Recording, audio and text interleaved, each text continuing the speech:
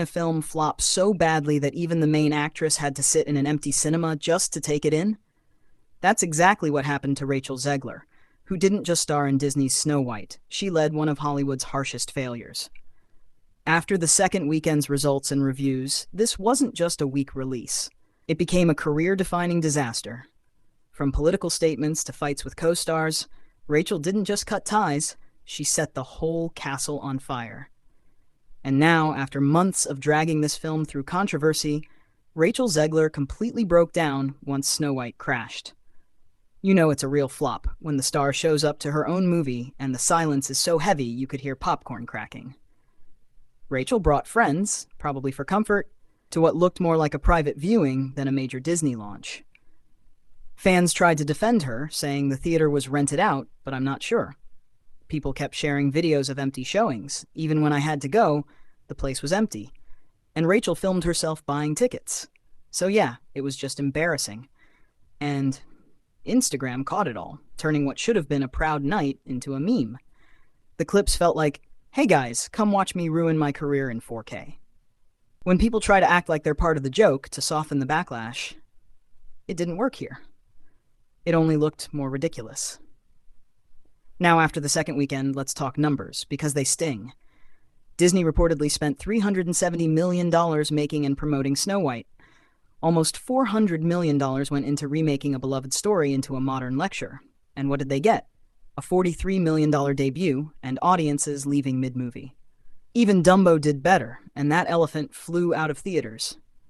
By its second weekend, ticket sales dropped 66%, earning just $14.2 million, and slipping to second place behind A Hard-Working Man. That movie had fewer screens and no Disney name, yet it beat Snow White. Even The Chosen Last Supper, with half the theaters, almost matched it. On average per screen, both did better. And with Minecraft releasing the next week, Snow White was finished.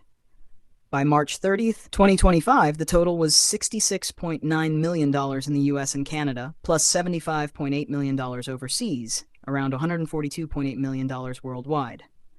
In short, the film bombed. Forget breaking even. Analysts predict over $100 million in losses. On top of that, its IMDb score dropped as low as 1.5 out of 10. That's not just bad, that's erase it from history bad. And this is the same studio that made the Lion King remake a billion-dollar success. Yet for Snow White, theaters sat empty. People shared seat maps covered in blue. Ironic, since Rachel once claimed audiences would line up for her movies. Well, they did line up, to buy tickets for anything else. When that clip resurfaced, it was like the universe clowning her in 4K. Rachel's real mistake wasn't just starring in it, she talked it down herself.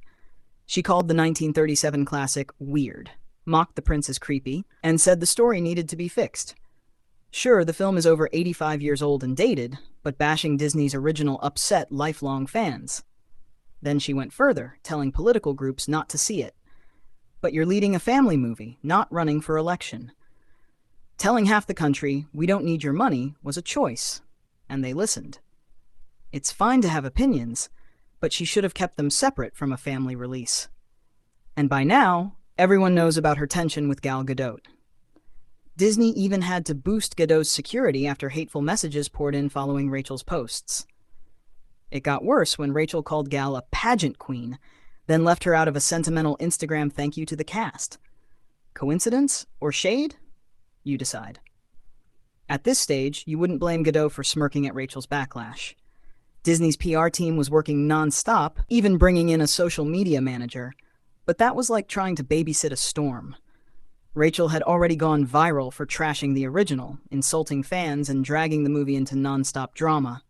It got so bad the producer had to fly out for a private meeting. Even Spielberg reportedly raised an eyebrow at how chaotic it had become. Eventually, Rachel posted an apology, but it was so unlike her it felt like Disney wrote it. Fans didn't buy it. The damage was done. And consequences followed. Hollywood started cutting her out. She was reportedly lined up for Toy Story 5 gone. Rumored for Pirates of the Caribbean, scrapped. Talks of a horror trilogy, canceled. Basically, no one wanted the drama she brought. After the flop, Rachel said Snow White was emotional and life-changing. But between empty theater clips, her silence on Gal Gadot, and non-stop damage control, the collapse was complete. Now, the movie is Disney's poster child for an identity crisis. And Rachel Zegler, once seen as a future star, is now an example of how quickly Hollywood turns when ego, politics, and $370 million collide. That's Hollywood. From clashing with fans to sparking co-star drama and watching her movie in an empty room, Rachel didn't just have a bad press run, she fell into a full-blown public disaster. Right now, she's the face of a film buried by memes, backlash, and regret. So tell me, does this mark the end of Rachel Zegler, or can she recover after this royal disaster? Because not every fairy tale ends with happily ever after. Especially not for Rachel Zegler. Peace.